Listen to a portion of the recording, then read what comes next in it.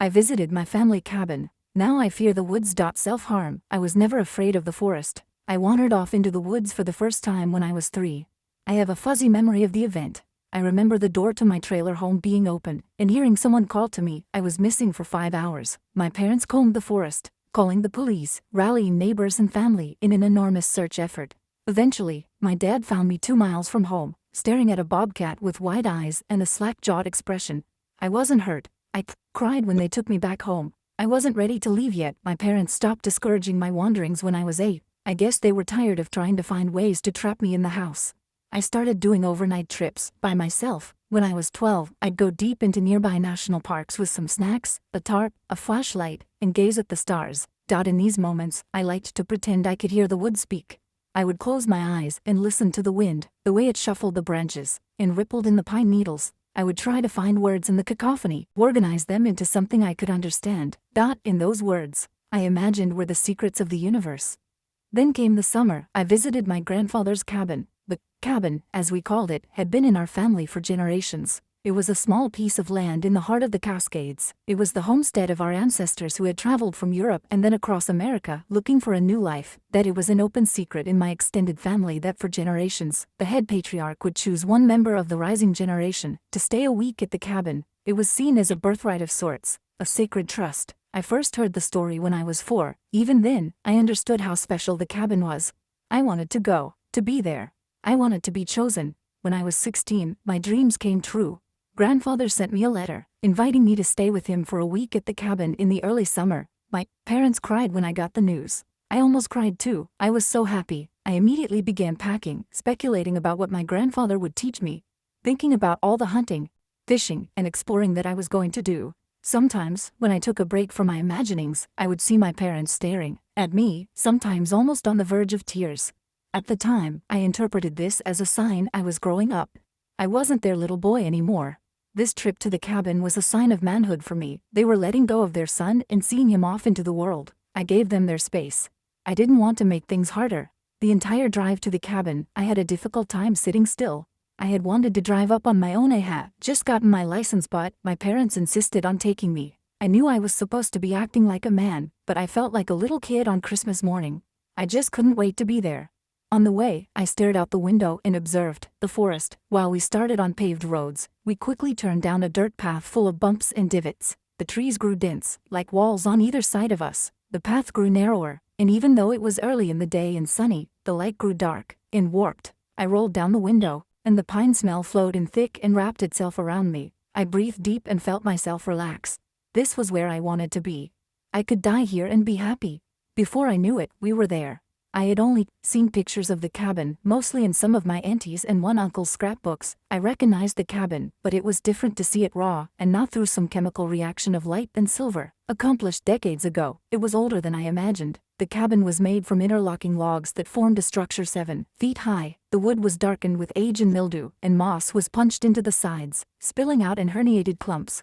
The door was the pale tan of dead timber, a shorn antler which protruded sharp and angular like a broken rib, acting as a door handle. Dark windows allowed for a slight glimpse of the inside, but the old blown glass was warped and foggy in places like man-made cataracts.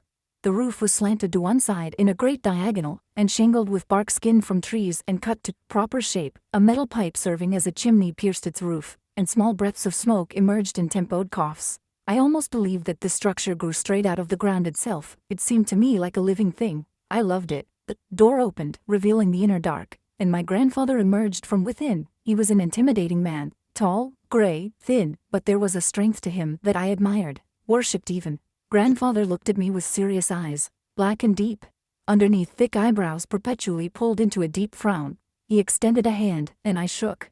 I gathered up my bags and pulled them to the cabin's door. I saw him talk to my parents in low tones. He didn't need to whisper. I knew not to disturb them. Grandfather came from a different era, and he expected respect. I was more than happy to give it to him. Once they were done talking, my parents said goodbye. My dad was more serious than I had ever seen him, and my mom was crying again. Seeing them like this cracked my new man facade.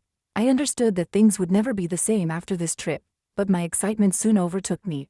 This was my moment to prove I was an adult, to prove my worth, my mettle. I assured them that I would be safe, that I would listen to my grandfather. I would come back to them in one piece. They nodded, accepting my promises, while my mom still wiped away tears. After one last hug, they got into the truck and drove away. I watched until they turned the bend, smiling and waving, and saw their car disappear, swallowed up by the immensity of the forest. Grandfather helped me carry my things inside. I made sure to thank him and to hold the door for him when he came. Through I was surprised to find that the inside of the cabin had modern conveniences. Grandfather explained he had tried to keep the cabin in its pristine condition, but necessity meant installing a generator and electric lights. It was dark in the mountains at night. Grandfather told me that he needed to run an errand before we began our time together. He asked me if I would be okay remaining in the cabin on my own for an hour or two. I agreed. He left, closing the door with a snapping noise that made my bones tingle. I unpacked and began exploring the cabin. It did not take long to go over every part of it. The room itself was 20 feet square, and almost entirely filled with furniture and life necessities. There was a simple spring cat in the corner, a sink opposite, and shelving for survival materials, lanterns, tarp, rope, etc. In the far corner, I noticed something on the shelf that caught my attention. I made my way to it. It was a letter. Written on the front was one word in my grandfather's handwriting: grandson. Why was there a letter addressed to me? From the way it was positioned, I knew I was meant to find it, but why hadn't he just given it to me when I had first arrived? I looked at it for a moment, before my curiosity got the better of me. I took it from the shelf and found it was unsealed. I slid the inside pages from their casing. They contained only a few short lines. Grandson. Before I left, I told you I would be gone for an hour. That is a lie. I will not return until the end of the week. Initially I felt more confused than frightened. I had wanted to spend time with my grandfather this special week. Wasn't that the whole point of this visit? I invited you here because you are unique. There is the old blood in you. I have seen it manifest all your life. You are of the old stock, and I believe you will one day take my place here, but first you must be tested. The excitement I felt now was greater than it had been before. Everything that I had hoped was happening.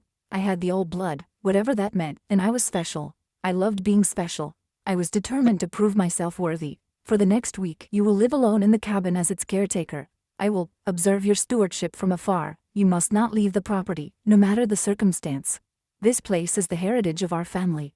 To abandon it would be to abandon us. That if you endure, then you will have proven yourself worthy of our family, legacy, and of my trust. Make us proud. Grandfather, I was filled with relief and glee when I saw those words. I had plenty of food and water. Grandfather had shelves of preserves and racks of dried meat set throughout the space. The wood box also was well stocked for the cold mountain nights. I had survived much harsher conditions with much less. This was going to be easy. That night, when I crawled into my sleeping bag with a belly full of fruit preserves, pickled cabbage, and dried venison, I felt peaceful. I dozed off listening to the sounds of night birds and the quiet breathing of the wind off the mountain. I awoke to the sound of silence. In all my experience in the natural world, there is one constant truth. Nature is noise. Sound is the reminder that life expands to every space available. Even in a thimble of water, a galaxy of species exists solely to take up space. To use every resource possible just because it can. Life is greedy, and not easily silenced. But that morning, I heard nothing. It was dark outside. For a moment I was worried I had gone deaf, but the sound of my sleeping bag shuffling underneath me on the floor let me know that my ears still worked. I shook off my worry. I had never been in this part of the Cascades before. I told myself the silence was something normal I just was not used to. I got up, turned on the lights, and lying at the door was an unadorned envelope. Asterisk. I hadn't heard anyone come in the night, but I assumed this was Grandfather's doing. Looking at the envelope, I felt the strange twinge of unease I took for nerves. I wanted to make him proud. I got the envelope and opened it. Inside was a single sheet of paper. On it were written a few lines. In the old country, our ancestors were farmers. They took their living from a land that seemed to decide their lives with a coin toss. The scales between life and death were easily tipped in those days. In one harsh winter, our clan was wiped out. Exposure froze some, hardening their flesh and bursting their veins with ice crystals. Beasts ravaged others, laying open their ribs and feasting on the sweetmeats inside. Famine killed the most, their bodies falling victim to the knives and forks of others, the survivors going mad and dissolving to dust from the slow march of time. In the end, all but 2 died. I was 16. I didn't know any better. I trusted my grandfather. I believed this was a lesson. I thought about what the letter said during breakfast. I tried to reason out what it was. Was it a story? A riddle meant to be solved? I was so deep in thought that I almost missed what was right outside the window. Eventually, I caught it in my periphery and did a double take. It was a bird, a dead bird. I looked out the window for a moment to confirm I was seeing what I thought I was, but the glass was too hard to see through. so I opened the door and stepped outside. It was a crow, laid on its back with its wings spread out like it was taking flight. Its entrails poured out over its feet like vines, the inner flesh, so crimson it was almost black. It might have been a trick of the light, but I thought I could see the organs still pulsing with life. I took a moment to stare at the creature. I decided it was some big cat's forgotten lunch. I knew there were plenty of bobcats in the area. I shook myself from my fixation. There were chores to do before dark. I tried to ignore the bird as I fetched water, weeded the foundation of the house, and swept out the cabin's interior, but my gaze kept being pulled back to the corpse with some morbid fascination. Each time I looked, angles would run up my spine. I was halfway through chopping wood when the second bird appeared. I almost dropped the kindling I was carrying. The second bird, also a crow, was laid out next to the first, its body butchered in a similar manner, its feet stuck up like crooked crosses from the mess of its insides. Flies buzzed, already feasting on the smooth obsidian orbs that had once constituted its eyes. One bird I could ignore. 2. There was trouble nearby. I retrieved my hunting rifle and began to scan the tree line. I was worried about mountain lions. I searched for tracks, anything to indicate what had brought these birds here. Nothing. I took a moment to breathe. I did another sweep of the perimeter. Again, no tracks, no signs. I was thirsty, so I went inside for a quick drink. When I emerged again, the ground was littered with the dead beasts, large and small, deer, bobcats, mice, rabbits, all butchered in various ways. Some had their heads severed from their bodies hanging on by just a ribbon of flesh. Others were fully eviscerated, their offals spilling out across the ground, forming images of strange creatures undreamt of by nature itself. Blood and viscera splattered everywhere with an artistic flair and savage instinct. Intestines wrapped around limbs, bodies hanging from trees, jaws slack and dripping bloody spittle. I stared at it all for a moment in horror. Then the stench came. It enveloped me like a rolling wave, filling my nostrils completely. It replaced the air in my mouth with its foul gas, coating my tongue and making my stomach boil. I threw up. Each time I took a breath, I felt the temptation to drive heave. The air was metallic with decaying blood, yellow with the smell of rot. Ran back into the cabin, slamming the door. I spent the next several hours trying to patch every gap I could with my clothes. I ripped up my shirts and shoved pieces in the walls, underneath the door, the roof, but still, the stench found its way in. Eventually I resorted to filling my nose with toothpaste. The decay mixed with the mint in a terrible way, and the paste itself burned my nostrils, forcing tears to my eyes. But it was better than the alternative. And yet, I could still taste the bitterness of death on my tongue each time I drew breath. I didn't eat that night. I slept with my sleeping bag over my head. I massaged the horrifying truth of what lay outside the door into something I could swallow, something I could ignore. I reminded myself of wolves, of predators, pack animals that could cause the carnage that I saw, and in my 16-year-old mind, this was sufficient. I couldn't risk imagining what unknown terror could cause something so heinous. I made sure the doors were locked. I fell into a fitful sleep, waking up every hour to the smell, and having to reblock my nose with fresh minty paste. When I woke up the next morning, I was exhausted, but something had shifted. The stench was gone. I hesitantly peered out the window. The bodies were gone. It was quiet again. I tried to comprehend what was happening. For a long moment, I worried I had imagined the whole ordeal, but the toothpaste still circling my nose and staining my pillow told me that something had happened. I was starting to panic, but I was distracted by something I had overlooked in my morning observations. There was another letter by the door. I slowly took it, opened it, and slid out the contents. I recognized my grandfather's handwriting. The two that survived that winter, a man and wife, sought the aid of a stranger.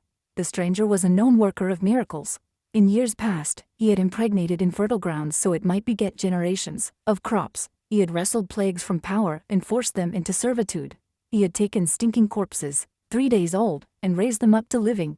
Our ancestors went to the miracle worker. He heard their plight. He would rebuild their clan, but of them, he required a price. The letter meant one thing. Grandfather was close. I wanted to go and find him, ask him what the hell was going on. I went to look where I put my hunting rifle the previous day. It was gone. I turned the little cabin upside down. No gun, and if Grandfather had any guns, they were gone too. I nervously picked up the wood axe from the corner. It wasn't much, but it would have to do. Even so, I felt naked with such a primitive weapon. I had just stepped outside when I heard the screams. On a hunting trip with my dad, a mountain lion had cried out in the night. It sounded like a woman lost, in pain, afraid for her life. It had been one of the only times that I'd seen my dad scared. He made us pack up and move our camp. This scream was 100 times more terrifying. The sound was full-throated, explosive. It made me drop my axe. There was a moment of silence, and then it began again. It was no animal I had ever heard before. It was suffering condensed, forced into the form of noise. It trembled at the high notes, broke in the low ones. It lasted long, far beyond any natural lung capacity. I knew one thing: I did not want to run into the creature that made those cries. I shut and locked the door to the cabin. For the rest of the day, I heard more screams. They grew progressively closer, and would chill my bones and make my entire body shake. I blocked up the windows and tried to cut out the sound with my hands. It only grew in intensity and volume, coming from multiple directions. At one point, I heard them directly outside the cabin, overlapping and shifting. I couldn't gather the courage to look outside. Then the screams began to change. The voices shifted. I heard the screams of my mother, my father, my cousins, so utterly human, so terribly in pain. They became louder and louder, forming words and begging me to come out to save them. They were in pain, they were being tortured, they were being torn apart, gutted, crucified, and only I had the ability to save them. Only me. And I needed to come out. I needed to save them. I couldn't leave. Eventually, I tore open my sleeping bag and shoved the polyester lining so far into my ears. One of my eardrums burst. Blood poured from my ear, soaking into the synthetic cotton and pouring down my neck. I could still hear the screaming. The voices continued all night. And in the dark, I felt my mind slipping. And in the place between waking and dreaming, I saw visions of my family dead, strung up by their necks and their limbs pulled apart layer by layer. Their last horrific cries on their faces. It felt real. And I felt some strange dread that I would join them. But when the first rays of sunlight broke through my window coverings, it was silent again. I lay in the dark, and I tried to keep from crying. I missed my grandfather, my parents. Why had they left me here? Why was this happening? All notions of proving myself were gone.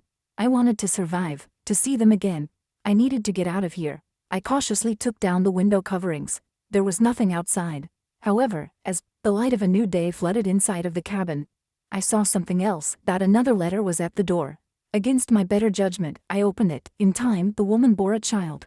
The son was unique. He possessed the blessing of the forest, and the land produced food abundantly under his care. The mother and father thanked the miracle worker for his miracle, and for many years they were content.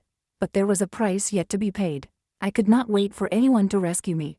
My grandfather was watching me suffer without lifting a finger. He would not help me. No matter what I experienced, I needed to leave on my own. I thought that if I started out now, I could get out of the woods while it was still light, get back home to my parents. I had to try. I didn't care about responsibility anymore. I didn't care about respect or heritage. I just wanted to escape. I gathered my things, picked up the axe, then opened the door to the cabin and stepped outside. It was pitch dark on the mountain, where only moments before the sun had shone. The sky had flipped into night. The ceiling of the world was black and impenetrable, like a cloudy night in winter. A chill wind blew, and the clatter of branches reminded me uncomfortably of bones. I didn't have time to wonder how it had happened. I pressed forward, desperate. I had a flashlight in my pack. I turned it on and walked down the road I had arrived on only days previously. It had felt like years since then. I walked with a purpose, trying to make as little noise as possible. I left the lights on in the cabin and the door wide open. To be honest, I wasn't brave enough to turn them off. For hours, I walked in the dark. It was silent for a majority of my journey, but even still, I jumped at the sound of my own footsteps. I constantly turned my head to account for my nearly deaf ear. I cowered at the shape of trees as they were revealed by my flashlight. I realized that for the first time in my life, I was afraid of the forest. My eyes were opened. It was as if the trees themselves had worn masks, and only now the curtain had been pulled away, revealing their true and sinister forms. In the half-shadows made by my flashlight, I believed I saw enormous forms, glowing eyes, the spreading of horrible wings of leather and teeth of wine-stained ivory. I heard the thud of feet and the groan of ligaments. In that dark, I saw the monstrous form of nature, unhidden at last. I moved my flashlight and the vision vanished. It took all my courage to continue. I walked for hours. I wondered how I would know if I had finally escaped. I wondered if the sun would reappear and I would be able to relax, to go back to how things had been before. Maybe this was a dream, and I would wake up back home, safe and at peace. As I thought this, I saw a glow in the distance. I walked toward it, eager. Maybe this was another cabin, other people able to help me, someone to relieve me from this hell. I finally got near enough to see what it was. My heart sank. It was the cabin, its door open, light beckoning, 6 times. That's how many times I ventured out. Each time, all my paths led back to the cabin. I must have wandered for a day and a half, stomach collapsing with hunger, throat burning with thirst. Each time I returned, I set out again, hoping that there would be something more to find. But the night never ended, and in the end, all paths led to the cabin. On the 6th time, I broke. I curled upon the grass and sobbed. I screamed at the heavens. I begged for my mother to come get me, my father, I pleaded for my grandfather for mercy. I understood the test, and I no longer wished to participate. I didn't care what hurt me. I was done. It was over. When I stopped crying, I slowly got up and made my way back through the cabin's front doors. I don't know how I slept. All I remember is waking. There was light coming from the windows, and my eyes were crusty from where the tears had dried. Illuminated by a beam from the rising sun was another letter. I opened it with numb fingers. When the child was of age, the miracle worker came to exact his price. The man and woman took their child and led him deep into the woods. They tied his hands, they bound his feet, then they left him. For what is of the forest must return. It took an hour for my sleep-addled and starved mind to understand. I was going to die. I couldn't escape what was going to happen. This had been the intention from the beginning. Why I had been asked to come. For a while, I felt nothing. Then I became angry. Why? Were they killing me because of a story? A family legend. I felt my hands shake. The paper crumpled and ripped in my fists. Grandfather had said that this cabin was our family's legacy, and by enduring, I could prove myself worthy of that heritage. Fuck heritage. My hands and arms moved of their own accord. I was only vaguely aware of my surroundings, still reeling from the knowledge of my true purpose here.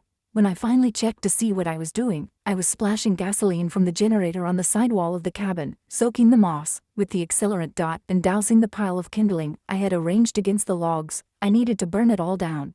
I moved like a desperate animal. I fumbled with the flint, pulling my pocket knife out and striking at it the starter's weathered surface. I showered a constellation of sparks with each strike. I cut the tip of my finger from my hand and sliced open my palm in the fervor of my movement. Blood welled up and spilled out in cherry droplets, splashing on the wood and staining it.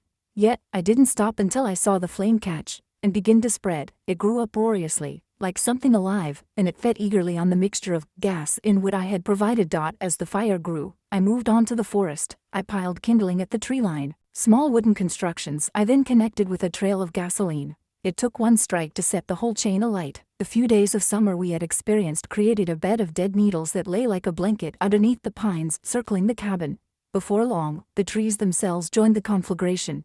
Smoke was thick in the air, billowing black like angry spirits, and I breathed it in deep. It stuck to my lungs and forced me to cough, but still I inhaled. In the smog, the wall of flame cut a glowing halo around me. I thought I saw figures in silhouette circling me and the cabin, held back by the advancing flame. I was baptized in the sweat that the heat drew from my body. I screamed, I cried, I wailed, I danced some forgotten movement drawn from within the deepest reaches of my DNA, the parts I still shared with our first ancestors who dwelt in caves.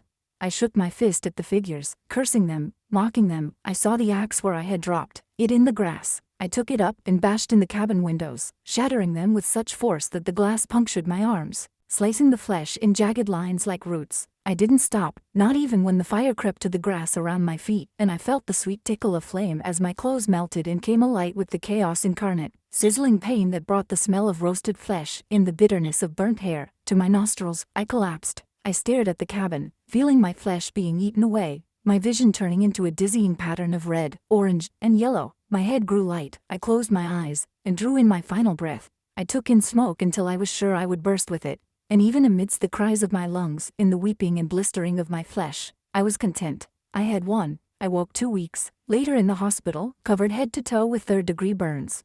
The doctors told me they had no idea how I had survived. The fire rangers had caught a glimpse of me shaking and rolling in the flames when they came to investigate the source of the enormous pillar of smoke. They had saved me, a miracle. My parents never came to visit me. According to CPS, when they went to check on their mobile home, they found an empty lot. The rangers claimed the cabin was never there. I had burned away a section of protected forest, and at the center of the blaze was a circle of hard-packed dirt. No structure. I never saw my grandfather again. I sometimes believe he's out there, still observing the results of my stewardship. After a year of recovery, I was tried as an adult for arson. I pleaded guilty on all counts.